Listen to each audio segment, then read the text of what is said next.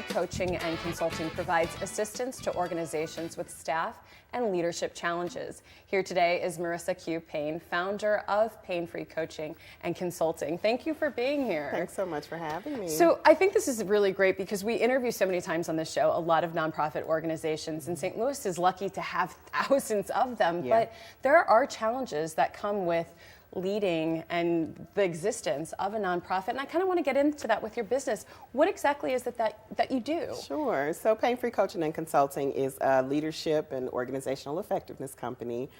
We specialize in building better leaders, stronger teams, and less painful work environments. Okay. So how does that work? I mean, with your clients, give me some scenarios of why someone and who might actually reach out to you and what that might look like in terms of the process that they go through with you. So we say, at its simplest form, we say we specialize in people problems in organizations, right? And so that can cover a multitude of things, but what we find is sort of at the core of any business are the people. If people don't leave companies, they leave bosses, right? So management, if you're seeing high turnover, if you're having problems retaining your staff or there's staff morale issues, any of those dynamics, we've got a solution that we can probably execute to really strengthen your culture, help with retention, help, getting the right people on the bus.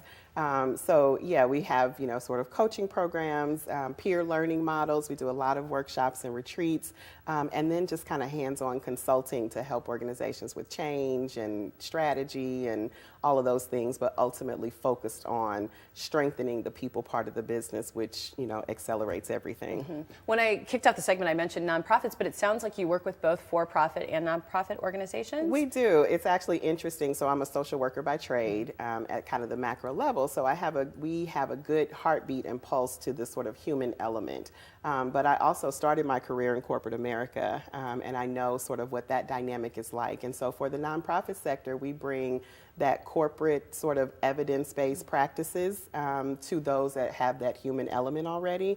And for the human element, for our nonprofit clients, we have that aspect, but we also bring the strong business core to get the results. So it's kind of a win-win for our clients on both the corporate side and the nonprofit side.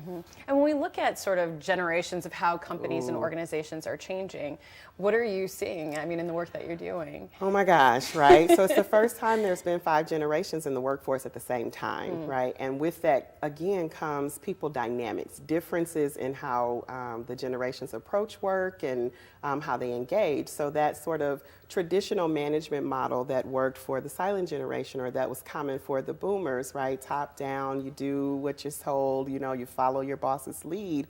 Millennials and Gen Xers are not necessarily looking for that. That's not what is as effective, right?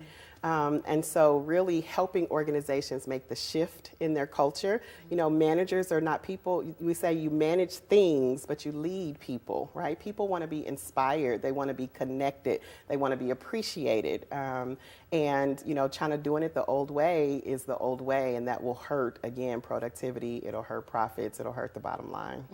Can you give an example, without whether you want to share the name of a client or not, but just maybe give an example on this organizational side of, just so people understand, maybe not a case study, but an example of somebody who came to you and what the dilemma was and sort of what the outcome was after working with you. Sure. So I have an organization that we've been working with for probably 3 or 4 years now. When they first came, and this is common, they'd say, "Oh, we need training. My people need training. They don't know how to talk to people. The managers are just not good. They don't know how to problem solve," that kind of thing. And so it's common for us to kind of engage at that level. We do, a basic workshop, et cetera, to sort of get the mind sort of shifting. But the thing about, one-time training is that it's not going to solve, a multi-year culture issue. And so it started as sort of one intervention for an all staff, and then we did a deeper dive for the managers and supervisors. But ultimately, what we've created with that organization is really a leadership academy and a development and a succession planning pool for them. And so when new managers come in, right, they have something that's going to teach them those skills and have support for it, right? So there's training, but there's training and development. Development is actually interacting with the people for the future. So not only only has that organization been able to sort of strengthen its internal, they have the skills that they need to perform now, but they're also cultivating and developing talent for the future, which is really great. Yeah, and I want to get into too what you do. You were sort of describing on the consulting side and the organizational side, but even personal coaching. But we're going to take a quick break. Right now we've got the information there for you on the screen. It's Painfree Coaching and Consulting. You can reach out to them.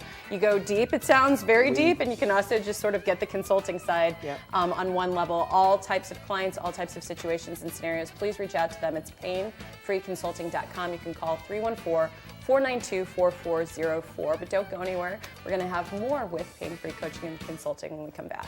Thanks.